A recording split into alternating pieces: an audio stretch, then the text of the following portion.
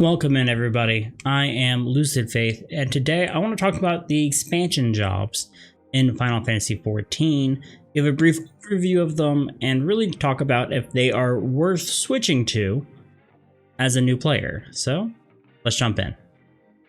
The first three classes we're going to talk about today are in the Heavensward Expansion. Now, these three classes are the Machinist, Astrologian, and the Dark Knight, a ranged DPS, healer, and tank respectively. Now, something that you'll need to keep in mind is that to unlock these classes, you'll have to be at least level 50.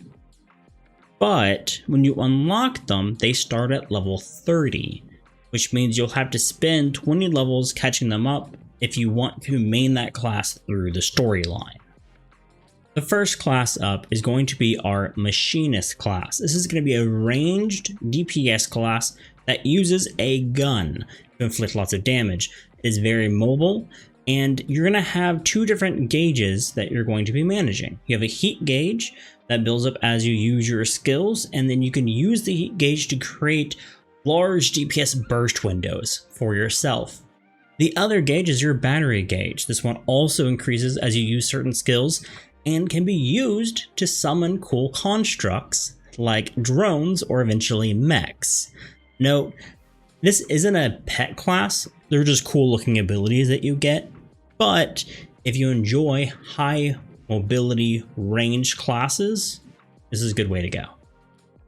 Next up is going to be the Astrologian. This is the only healer of the expansion jobs as of this video, and it is not the easiest healer to pick up and play. There are a few confusing aspects to it, including the cards that it uses to buff its allies.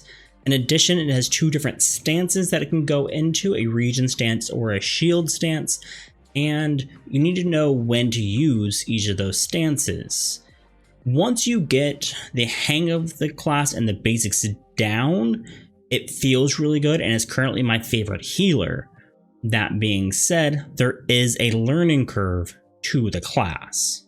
But if you're up for a challenge and enjoy pretending that you're in a Yu-Gi-Oh duel, this one's for you. The last of the Heavensward Expansion jobs is the Dark Knight. The Dark Knight is a tank class that uses a two-handed sword to protect its allies using the power of darkness. So all of its skills and aesthetics are themed around this dark aura effect. In addition to that, they have a DPS buff that they have to keep up by spending MP, and then they have a few skills they use to regen their MP. So there is a small MP management mechanic going on to keep the class a little bit more interesting. That being said, it's a fairly simple class, so if you like the aesthetic and want a tank to pick up, can't go wrong here. Now on to the Stormblood classes. There are only two of them, but good news, these two classes both start at level 50, and you don't have to go anywhere special to pick them up. You just go to Uldad. So once you're at level 50, even if you're not done with the base campaign of A Realm Reborn, you can actually switch to these when you want to. So what are they?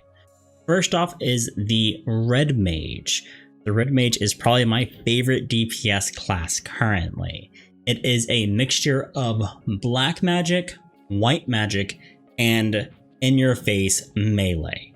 Now that may sound strange. So it has a few different combos. It has a single target ranged magic combo. It has an AoE ranged magic combo, and a single target melee combo where it jumps in and out of combat. The whole idea around this class is to balance the three. Balance your white magic and your black magic to build up a gauge. Once you've built up the gauge enough, you activate basically red magic where you can expend that on your melee combo. It's a little bit hard to pick up and play, I'll be honest. You'll need to probably watch some guides, really read through your skills to understand what skills go with what and what triggers what. But it's a lot of fun to play, and it's actually really helpful for clearing content because it can heal and raise other members. So usually when your healer dies, it's GG for the group, if you have a red mage in your group, they can raise the healer and y'all can keep going. So it's pretty legit. The other Stormblood expansion job is the Samurai. Now, the Samurai is all about huge personal DPS. It doesn't bring any real utility or buffs to a party. That being said, that's where the challenge of this class comes into play, because if you want to be useful to your team, you need to be playing very well. This is one of those easy to pick up, hard to master classes, so keep that in mind if you want to give this class a shot. The Samurai has two different resources that it needs to manage. First off are a group of seals. You can generate seals by using certain combos, and then depending on how many seals you have, one of your special moves gets modified. It either turns into a damage over time attack, an AoE, or a single target burst. The other resource you need to manage as a Samurai is your Kenki gauge. Now, this resource is pretty straightforward. Certain combos increase it, and then once you have enough, you can use it to execute special attacks.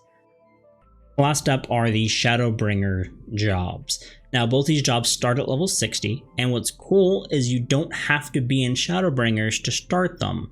Once you get a class to 60, you can actually hunt out these quests and start them. Links down in the description for all of the jobs that we've talked about today on where to find them, what the quest is, all that jazz. The first of the Shadowbringers classes is the Dancer. The Dancer is a support range DPS that uses Chakram to actually attack. Now, the reason that they're kind of support is because they have a number of buffs that they can give themselves and an ally. In addition, they have a little mini game for dancing, and depending how many steps they do, it'll have additional effects. That may sound complicated, but it's not, because Dancer is really the class of press the glowy button. They have lots of moves that can trigger other moves. So basically, just know whether your attacks are for single target or an AoE, and then just press whatever glows and you're good to go. Super simple class to pick up and play. Would highly recommend it for anyone who doesn't have a high level DPS and just wants to jump in and fill a role. The last of the expansion jobs is the Gunbreaker, who of course wields the gun blade. Now, this is a tank class that honestly feels more like a DPS because of how engaging it is. This is my favorite of the 4 tanks in the game. The reason it feels engaging is because of all of the DPS options you have. You have multiple combos, you have a self buff, you have damage over time skills. So while you're trying to do the tank role and protecting your party, you're also very active and destroying your enemies. A lot of fun to play, and it starts at level 60, so if you want to have a tank just on hand, this is a great option. I would recommend it to people who just want to kind of jump into tank and have fun with it. And there are the expansion classes. I hope that I could have helped. We went over a good bit there. If you have any questions, concerns, leave a comment down below. Like the video if you enjoyed it. And if you want to see more content like this, hit the subscribe button. More's coming down the way. And of course, if you want to talk about anything else or whatever, I do stream on Twitch every Tuesday, Wednesday, and Thursday starting around 6 o'clock Central. But y'all, last but not least, I remind each and every one of you that you matter. I'll see you in the next one.